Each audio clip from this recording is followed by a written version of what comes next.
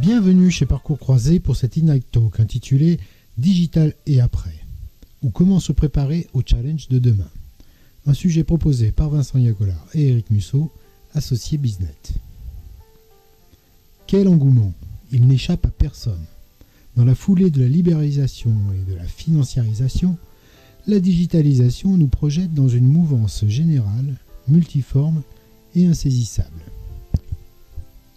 Et savoir se positionner est une vraie gageure. Nombreux sont ceux qui ont lancé des chantiers divers d'expérience client, partenariat, compétences ou organisation. Mais comment rester pragmatique? Que faut-il privilégier? Comment mesurer nos progrès? Après un constat sur l'évolution du marché et l'explosion des projets digitaux, nous analyserons les opportunités de transformation au travers d'un ensemble de moyens pratiques à exploiter pour viser plus loin. Surfant sur l'immatérialité numérique, les GAFAM ont bousculé les codes par leur vitesse, leur puissance acquise. Ces géants affichent des valorisations sidérantes, mais volatiles et incertaines. Pour durer, ils continuent à se transformer. Le digital a permis l'émergence de modèles qui changent les règles du marché. Les Natou et Batix, par exemple, ont exploité connectivité, instantanéité ou profiling pour s'imposer. Et ils ont bouleversé les usages. Ces maîtres du jeu ont développé de nouveaux styles de relations B2C avec des atouts de choix, prix, rapidité, intimité. Aussi applicables en B2B, ce sont des modèles inspirants sur la gouvernance, l'attention client, l'apport des technologies. Sauriez-vous organiser un week-end sans Internet ni mobile? Impensable. Et comment l'imaginer dans 10 ans? Si les week-ends existent encore, ils seront virtuels par stimulation neuronale? Ce qui est sûr, c'est que nous allons vivre de grands changements. Plus facile, plus rapide, plus social, les clients ont changé. Ils sont informés, exigeants, versatiles. Alors, l'entreprise doit changer. Et en la matière, il y a ceux qui font un peu, beaucoup, passionnément ou pas du tout. Une fracture digitale divise ainsi ceux qui agissent et ceux qui observent. L'engagement varie bien sûr selon la taille, le secteur, mais surtout selon l'intérêt pour l'entreprise. La technologie n'est efficace que si l'on sait ce que l'on en attend. Nous nous employons ci et là à des projets digitaux de nature et enjeux très disparates. Quel point commun entre un changement d'imprimante et la création d'un yield management? Le besoin ou l'envie de changer? En tout cas, une belle énergie à exploiter.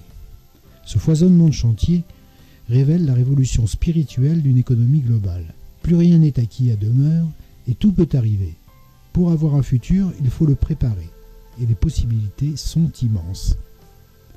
La période se prête donc à repenser business et fonctionnement de l'entreprise en privilégiant les projets qui développent l'offre, le collectif, l'ambition ou la singularité. Comment bien travailler ensemble en interne avec les clients et les partenaires pour aller plus loin? Non, le digital n'est pas le salut universel ni un exercice imposé. Être performant demain, c'est d'abord savoir s'adapter. Relations au marché, pratiques, outils, quels que soient les sujets, notre vrai challenge, c'est d'apprendre à changer, et rapidement si besoin. Subi ou choisi, chaque changement est une occasion d'améliorer nos capacités. Aussi, nous éludons l'accessoire, privilégions le fondamental et portons une attention majeure à l'appropriation par les parties prenantes. Dans ce contexte débridé, la réalisation d'un modèle directeur permet de repréciser l'objet, l'esprit, les valeurs, le comment, le pourquoi. On peut y définir par exemple des contraintes positives ou des indicateurs de mesure de l'agilité. En transformation, les modèles anciens et nouveaux doivent cohabiter, coopérer, converger. Une modération et une orchestration éclairées sont nécessaires pour réussir. Ce rôle de facilitation gagne à être porté par un acteur externe.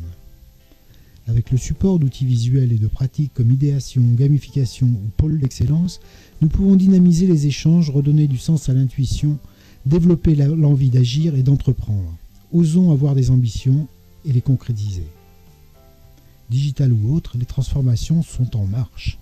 Saisissons ces opportunités de repenser nos expériences, travailler notre adaptabilité et notre agilité, car nous en aurons besoin. Êtes-vous déjà prêt pour demain?